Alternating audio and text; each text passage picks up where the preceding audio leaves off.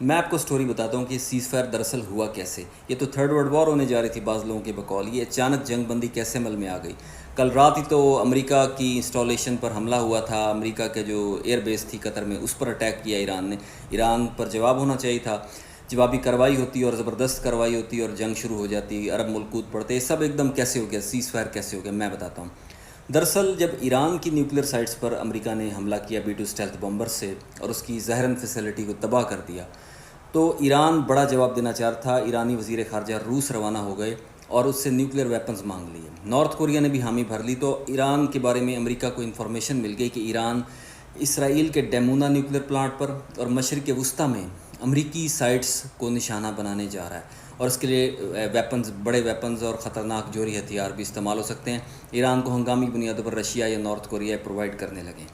تو ایک تو امریکہ پریشر میں آ گیا. دوسرا, اسرائیل پر جو تابڑ توڑ حملے جا رہے تھے, اسرائیل کا بیسک دفاعی اور عوامی صنعتی انفراسٹرکچر تباہ ہو چکا ہے. پچھلے 2 دن میں ایران نے جو 300-400 میزائل داغے, اس سے اسرائیل میں کوحرام برپا ہو گیا.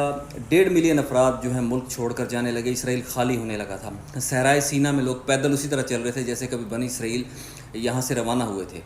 تو اس حالات سے اسرائیلی حکومت گھبرا گئی کہ لوگ ہی نہ رہے تو کیا ہوگا, انفراسٹرکچر نہ رہا تو کیا ہوا, اور ہمارا دفاعی تنصیبات تمام تباہ ہوگی. دوسرا, تل ابیب سے 20 کلومیٹر کے فاصلے پر ایک خفیہ اسرائیل کا اسلحہ کا ڈپو جو بہت چھپا کر رکھا ہوا تھا, اسے ایران نے ہٹ کیا کل صبح. تو اسرائیل کا حوصلہ ٹوٹ گیا. ان دا مین ٹائم بیک چینل قطر کے تھرو امریکہ سے ایران کا رابطہ ایک تھا. بدترین حالات میں بھی بیک چینل ڈپلومیسی ہو رہی تھی.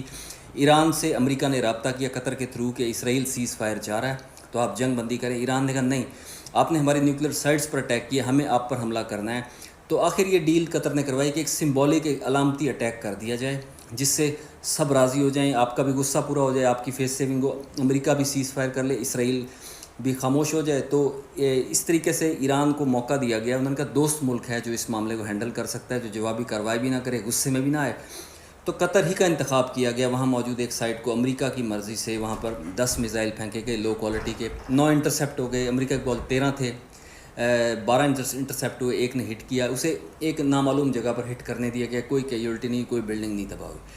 تو اس سے ایران کا غصہ پورا ہو گیا. اس کے فوراً بعد ٹرمپ نے جنگ بندی کا اعلان کر دیا کہ اسرائیل نے سیز فائر کے لیے یہ درخواست کی تھی, تو ایران نے اس پر حامی بھری اور فیس سیونگ بھی ہو گئی اور امن ہو گیا. اسرائیل بچ گیا. اور ایران کی بھی رجیم چینج کا جو ایران میں آپریشن تھا اسرائیل کا ناکام ہوا. ایٹمی سائٹس بھی محفوظ ہے, سینٹریفیوج بھی محفوظ ہے. اسرائیل نے عملاً شکست کا اعلان کر لیا ہے اور ایران اس جنگ میں فاتح ہوا, کیونکہ دونوں ٹارگٹ اسرائیل کے اچیو نہیں ہوئے. نہ قیادت تبدیل ہو سکی, نہ انقلاب ختم ہو سکا, نہ ہی ایٹمی قوت کا مکمل خاتمہ ہو سکا ہے.